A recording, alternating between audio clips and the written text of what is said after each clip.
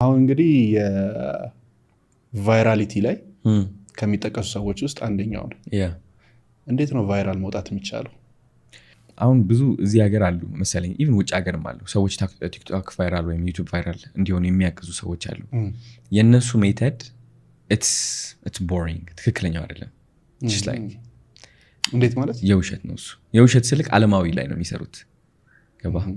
ዓለማዊ ላይ ስልክ ስለ ኤዲቲንግ ያስተምራሉ። of course we need it እኮ ስለ ኤዲቲንግ ያስተምራሉ and ስለ ሃሽታግ ያስተምራሉ፣ ስለ አልጎሪዝም ያስተምራሉ። that's not how it works። እሱ እንደዛ አይደለም።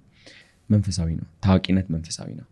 ሰዎች ትኩረታቸው አንተ ላይ ማሳረፍ ከቻሉ that means የሆነ ነገር አለክ መንፈስህ ላይ የበራ ብርሃን it's all about ብርሃንክ ትልቅ ከሆነ ትኩረት it's like natural የሆነ response ነው። so ክላይንቶቼ ወደኔ ሲመጡ ምንድነው ማግዛቸው?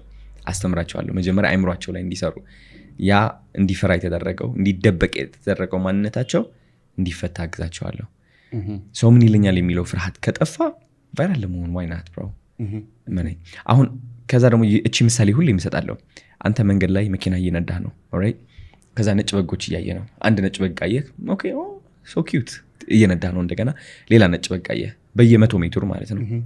ከዛ 200 ነጭ በግ ላይ ደረስክ። ዝም ብሎ በየ2 ሜትር ተደርድረዋል። 500 ነጭ በግ ታየዋለህ እንዴ? ጊዜ የለም። አንገትም ለራሱ ይደክማል። ያ fuck bro you just drive 600ኛው ይመጣል 700ኛው ግን ከ5000 ነጭ በግ በኋላ አንድ ቢጫ በግ ብታይስ what's going to happen? ትኩረትን ይወስደዋል ወዲያው ነው። መውሰድ ብቻ ሳይሆን መኪናን ታቆማለህ and then you're going to go and take a picture ከቢጫ በግ ማለት ነው።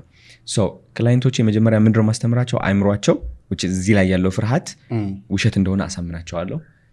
ከዛ ከታሰሩበት ማንነት እንዲወጡ ከዛ ደግሞ ቢጫ በግ እንዲሆኑ ወይም ቀይ በግ ወይም ፐርፕል በግ የራሳቸው ቀለም እንዲይዙ እነግራቸዋለሁ። አለባበሳቸው ይሆናል ወይም በእንቅስቃሴያቸው ይሆናል ወይም በከንፈራቸው እንቅስቃሴ በአይናቸው it's really that simple። የሆነች ለየት ያለች ነገር ካለች ሁሌም ስፖትላይት ውስጥ ትገባለህ because ሁላችንም ሰልፍ ላይ ነን ያለ ነው። እዚህ ሀገር ብዙ ነጭ በግ አለ which is እኔ ንጹህ ነኝ፣ እኔ ብፁዕ ነኝ፣ ምንም ነገር አላጠፋም። ገባህ? እንደዚህ የሚል በጣም ብዙ ሰው አለ። አስተውለህ የምታውቀው ብፁዕ ነኝ ይስላል በቃ like እግዚአብሔር ነው ምልክ። ሌላ ሰው የሚወቅስ በጣም ብዙ ነው። አንተ ስነ ስርዓት የለህም እንዴ? ለምን በባህል ማትማረው? ባህላችን አሪፍ ነው ባይዞ አለባበሳችን I really love it። ግን እኛ የባህላችን ምንድነው? መንገድ የወጣልን መንገድ አለ፣ አያቶቻችን ያወጡት መንገድ። እሱ መንገድ ግዴታ መከተል አለብህ የሚል አስተሳሰብ። እሱ መንገድ ካልተከተልኩኝ ደግሞ ተራቢዎች ይበዙብኛል፣ ፍቅር ባጣስ ብሎ የሚፈራ ህዝብ አለ። በጣም ብዙ ታለንት ያላቸው ዘፋኝ መሆን የሚችሉ ገባህ? እነዚህ ሰዎች እቺ ፍርሃት ካልወጡባት what's going to happen? ተደብቀው ይኖራሉ እድሜ ልካቸው። እኔ ደግሞ እዚህ ላይ ነው የምሰራው። very simple። ከዛ ሲያስተምራቸው የኔ ክላይንቶች ያስተዋልኩት ነገር እንደሆነ ታውቃለህ? አሁን አንደኛው በ7 ቀን ውስጥ ወደ 50,000 ፎሎወሮች ልትገባ ነው። ቪዲዮዎቿ በቀን ወደ 10 ቪዲዮ ፖስት ትላለች። ከነዚህ 15 ቪዲዮዎች ወደ 4-5 የሚሆኑ ከ70,000 በላይ ቪው ያገኛሉ። she is already mega viral። ገባህ? በሳምንት የምታጠራቅመው ቪው ማለት ነው ቶፕ የሆኑ እነ ማስተር አብነት 2 ሚሊዮን 3 ሚሊዮን ያላቸው ከነሱ በላይ እያለፈች ነው ያለችው ሲደመር በአጠቃላይ ነው የምልህ። ኤዲት አታደርግም። ቪዲዮ እንደዚህ ቀርጻ ወዲያው ነው ፖስት የምታደርገው። ለካስ ቫይራሊቲ ወይም ቲክቶክ ቫይራል መሆን ኤዲቲንጉ ላይ አልነበረም። it's about being unique ከሆንኩ ላይ ትታያለህ። ሌላኛውም አለች አሁን ወደ በ4ኛ ቀኗ ቪዲዮ አሁን ወደ 800,000 ቪው አልፏል። ገባ? አሁን ቪዲዮቿ እንዳለ በቀን 2 ቫይራል ትወጣለች። 50,000 60,000 70,000 ቪው። አንደኛው ደግሞ በሳምንት ውስጥ በ5 ቀናት ውስጥ 14,000 ፎሎወሮች ጨመረች። it's just እንደዛ ነው። it's all about being unique። ሁላችንም የተለየ ማንነት አለ። ሁላችንም ጋር የሆነ ዩኒክነስ አለ። ያንን ግን የማወቅ I think በአንድ ጊዜ ለወቀው በአንድ ጊዜ እንደዚህ ላድርገው የምትለው ሳይሆን ዲፕ ዳውን ገብታ ያንን ነገር አንደርስታንድ ማድረግ መቻል አለብን። definitely። ከዛ ደግሞ ባለፈ የሚነሱ ደግሞ ሸክሞች ደግሞ አሉ። ገብተዋል? እነዛ ሸክሞች ከፍርሃት ጋር የተገናኙ ሊሆኑ ይችላሉ፣ ከሼም ጋር የተገናኙ ሊሆኑ ይችላሉ፣ ሰው ምን ይለኛል ከሚሉ ነገሮች ጋር የተገናኙ ሊሆኑ ይችላሉ። ራስ ላይ ያለ ማንነት ማለትም ይሄ ነገር እኮ ሰው ቢያውቅብኝ ብለው ኢንሴኪሪቲ አይነት ነገሮች ሊኖሩ ይችላሉና ያንን እንዴት ነው ማወቅ የሚቻለው? ያ ማወቅ የሚቻለው አርምሞ በመጀመር ሜዲቴሽን because አንደኛ እዚህ ዓለም ላይ በጣም ብዙ ዲስትራክሽኖች አሉ። አሁን አይምሮአችን is not working። ብዙ ሰዎች አውቶ ፓይለት ላይ ናቸው። ገባ በጣም ከአይምሯቸው ጋር በጣም አታችድ በጣም እንደዚህ የተጣበቁ ናቸው አንተ እፈር ሲለው እሺ ገባ እኔ አይናፋር ነኝ ቆንጆ አይደለሽም እኔ ቆንጆ አይደለሁኝም ላይክ ከነዛ ድምጾች ጋር በጣም ተጣብቀናል ገባህ ሶ ራሳችን የምናገኘው ደግሞ ዝምታው ላይ ነው which is መሀሉ ላይ ያለው እቺ good spot በጣም ይሄ ቴታ ዌቭ የሚባል አለ ሜዲቴሽን ውስጥ ስትገባ እነዚህ ስትተነፍስ ማለት ነው አይምሮክ እነዛ ድምጾች ጠፍት ይላሉ ኢቭን ለ5 ሰከንድ ብትሆን ከዛ ያ ፒውር የሆነው ማንነት እዛ ላይ ነው የምታገኘው ገባህ አይደለ ብዙዎች የተጣበቁ ናቸው ከሐሳባቸው ጋር ከሐሳብ ጋር ተጣብቀህ ደግሞ በምንም ተአምር ልትለወጥ አትችልም እነዚህ ሐሳቦች ደግሞ አሸንፈዋቸው ማለት ነው ከነሱ ለመደበቅ እነዚህ ኤሊቶች ወይም ኢሉሚናቲ ማለት ይችላልላችሁ ቲክቶክ አዘጋጁልን ገባህ ከነዛ ድምጾች ለማምለጥ so we're distracted we're hiding እየተደበቅን ነው ከሆነ ነገር so እንዴት ብለን ራሳችንን እናገኛለን አንችልም so ራስን የምታገኘው ዝምታ ላይ ነው ከዛ ራስን ታውቀዋለህ ኦኬ ለምን ማለት ትጀምራለህ አሁን ለምን ማለት አይችሉም because ማንን ነው የሚጠይቁት ማንን ሁሉም ነገር ራሳቸው ነው ብለው ነው የሚያስቡት ግን ወደ ዝምታ ስትገባ ለምን ብለህ ትጠይቃለህ ቆንጆ አይደለም ለምን እንደዛ የምትለኝ ማን አንተ like እቺ ጥያቄ ብቻ እንኳን አሁን ብዙ ሰዎች አይምሯቸው ተቀይረዋለች እፈር ማፈር አለብሽ አንቺ ለምን እንደዛ የምትይ ጌት ነው የመጣው ይሄ you know ደባሪ ነሽ ስትናገር አንተ በቃ ወሬ ታበዛለህ ዝም ብለህ ለምን ነው እንደዛ የምትለኝ ማን አንተ ይሄ ድምጽ ከየት ነው የሚመጣው ከየት አባህ ነው የምትመጣው because የኛ ድምጽ ቢሆን ማቋረጥ ብንፈልግ አያቋረጥም ነበር አይደለም የኛ አይደለም ገባህ ይህ ማወቃችን ለራሱ ትንሽ ስፔስ ክሬት እናደርጋለን አሁን ኦኬ ትንሽ ልዩነት ተፈጥራለች እቺ ልዩነት ላይ ንጹህ ማንነታችን ትገኛለች ስለዚህ አላማችን መሆን ያለበት ምንድነው ለምን ያን ራሳችን መጠየቅ ቆንጆ አይደለሁኝም እንዴ ለምን ነው እንደዛ ብዬ ማስበው ከየት ነው የመጣው መጠየቅ ከዛ ስንጠይቅ ማለት ነው ወደ ሜዲቴሽን አርምሞ ገብተን አይናችን ጨፍነን ለምን ብለን ስንጠይቅ መልሱ ይመጣልናል ችግሩ እኮ በቃ ትዕግስት የለንም ወደ ቲክቶክ ስለምንገባ መልሱ ከየት ነው የሚመጣው ሰብኮንሺየስ ማይንዳችን የተደበቃለ ምስል ያሳየናል ራሱ ቁጭ ብለህ አሁን ለምሳሌ ቆንጆ አይደለህም የሚል ድምጽ ሰማህ ለምንድን ነው ቆንጆ ያልሆንኩት ለምን ቁጭ ብለህ ተረጋግተህ ትተነፍሳለህ ለምንድን ነው ቆንጆ ያልሆንኩት እንዴት ነው ያመንኩት ይሄ ነገር ከየት ነው የመጣው እቺ 5ኛ ክፍል ላይ እያለክ ማለት ነው የሆነች ልጅ እንቢ ብለሃለች ለፍቅር ጓደኞቼ ይተርቡ ነበር ኦኬ ይተርቡኝ ነበር ዋው እነሱ ናቸው እንደዚህ ያደርጉ ሶ እነሱን ሰዎች ይቅር ትላቸዋለህ ትክክል እንዳልሆኑም ታውቃለህ because አንተ ዩኒክ ነህ ራስን ማሳመን ትጀምራለህ because ያ ዋና ሶርሱ ካወቅ ነው ራሳችን የማሳመን እድል አለን ራሳችን እንደገና ስክሪፕቱን የመጻፍ ማለት ነው ቆንጆ አይደለም የሚለው ኦኬ ማን ነው እንደዛ ያደረገኝ እቺ ልጅ እንቢ ስላለችኝ ነው ኦኬ ለካስ እሷ ተሳስታ ነው ባኔ ቆንጆ ነኝ ለካስ እኔ ትክክል ነኝ እሷ ተሳስታ ነው ገባህ እንደዚህ ብለን ራሳችንን እናሳምናለን በየቀኑ ስንደጋግመው ይሄ all of a sudden ከሁለት ወር በኋላ ይሄ ቆንጆ አይደለም የሚለው ድምጽ ማለት ነው በጣም እየራቀብን ይመጣል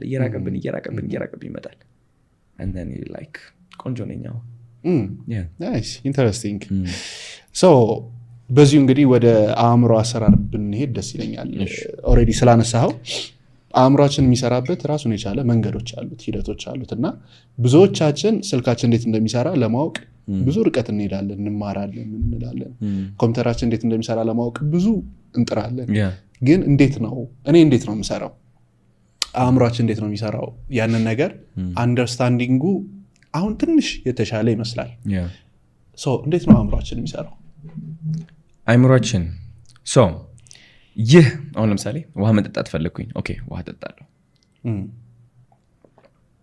ማይኳን ማዞር ፈለኩኝ ማይኳን ትንሽ አዞራታለሁ ይህ አእምሮአችን አካል ህይወታችን አይቀይረውም ገባ ምንም እውነቴን ነው የምልህ የትኛው አእምሮአችን አካል ነው ህይወታችን የሚቀይረው አሁን ትንፋሽ እየተነፈስክ ነው አስበህበታል እኔ ከሁለት ደቂቃ በፊት እሱ አእምሮ አካል ነው ህይወትን የሚቀይረው ብዙዎቻችን ከልጅነታችን ጀምሮ የተነገሩን ታሪኮች አሉ ከድሃ ቤተሰብ ነው የመጣ ነው የራሳችን ስክሪፕት አለን እዚህ ሰፈር ነው ያደግነው ያቺ ሴት እንቢ ብላናለች የተናቀን ሰዎች ነን በጣም በቃ አንተ ደባሪ ነህ ረባሽ ነህ ተብለናል ደደብ ነህ ተብለናል ትምህርት ቤት ደረጃ 40 ነው የተሰጠን መጨረሻ ነው የወጣ ነው ምናምን ስክሪፕት ነው ይሄ እነዚህ ድምጾች ማለት ነው ከልጅነታችን ጀምሮ ስፔሻሊ ደግሞ በቃ ከ1 እስከ 7 ዓመት ወይም ደግሞ ከ1 እስከ 16 17 ዓመት እነዚህ ነገሮች እየተነገሩ ካደጉ ልክ እንደ ትንፋሽ እነዚህ ሐሳቦች ሳታስባቸው ትኖራቸዋለህ ገባ አይምሮ ኦሬዲ ቴክ ኬር ያደርጋል ችግር የለውም ይወግድ ለዛም ነው ዓለምህ በእነዚህ ነው የሚፈጠሩት በእነዚህ ድምጾች ነው የተከበብከው የሆነች ልጅ አለች ኢትዮጵያዊ ነች ቪዲዮ የለቀቀችው ምን አለች መሰለ አይናችን በጣም 0.00% ብቻ ነው ማየት የሚችለው ገባ ሌላው የተቀረው ሪያሊቲው ሀቁን ማለት ነው። ይህ የምታየው ማይክ ጠረጴዛው እኔን የምታይ ምናምን አይንክ አይደለም የሚያየው እምነትህን ነው የሚያየው። በእምነትህ ነው የምታየው ዓለምህን። ገባህ? ስለዚህ ከልጅነታችን ጀምሮ የተገነባ እምነት አለን። ይህ ሁሉ እምነት ደግሞ የት ነው የተቀመጠው? ያ ሳታስብ ሁሉ ነገር ቴክ ኬር የሚያደርግልህ የአእምሮ አካል which is በቃ አትጠቀምበትም፣ ግን እንድትተነፍስ ያግዛል፣ እንድትንቀሳቀስ ምንም ሳታስብ መኪና ሳይታወቅህ እንድትነዳ የሚያግዝ አእምሮ አካል። ያ አካል ይህ ሁሉ የምታየው ዓለምህ እየፈጠረልን ያለው። ስለዚህ መቀየር ከፈለክ ማለት ነው መልፋት መሮጥ፣ በቃ ወይኔ ጉዴ እንደዚህ መስራት፣ በቃ እንዴት አይደል ለምንድን ነው የማያልፍልኝ ምናምን እንደዛ ማለት ሳይሆን፣ እንደዛ እያልክ ከሆነማ ይህ አእምሮ እየተጠቀምክ ነው። ይህ ለማንሳት የትኛው አእምሮ ነው የምትጠቀመው? እምነትህን ቼክ ማድረግ። እምነትህን የምታየው ደግሞ ዝምታ ላይ ነው። ቲክቶክ ስክሮል እያደረግ ከሰዎች እየተጨቃጨቅ አይደለም የምታገኘው። ቁጭ ብለህ ራስን መገምገም፣ መስታወት ላይ ቆመህ ኦኬ ማን ነኝ? ራስን እኮ ትሰድበዋለህ። አንድ እምነት እሱ ቆንጆ አይደለሁኝ ብለህ ታምናለህ። ሀብታም መሆን አልችልም። ለምን? ቢካዝ አስተዳደጌ እንደዚህ ነው። ሁለተኛ እምነት እንደዛ ምክንያት አለ ሁሉም ነገር።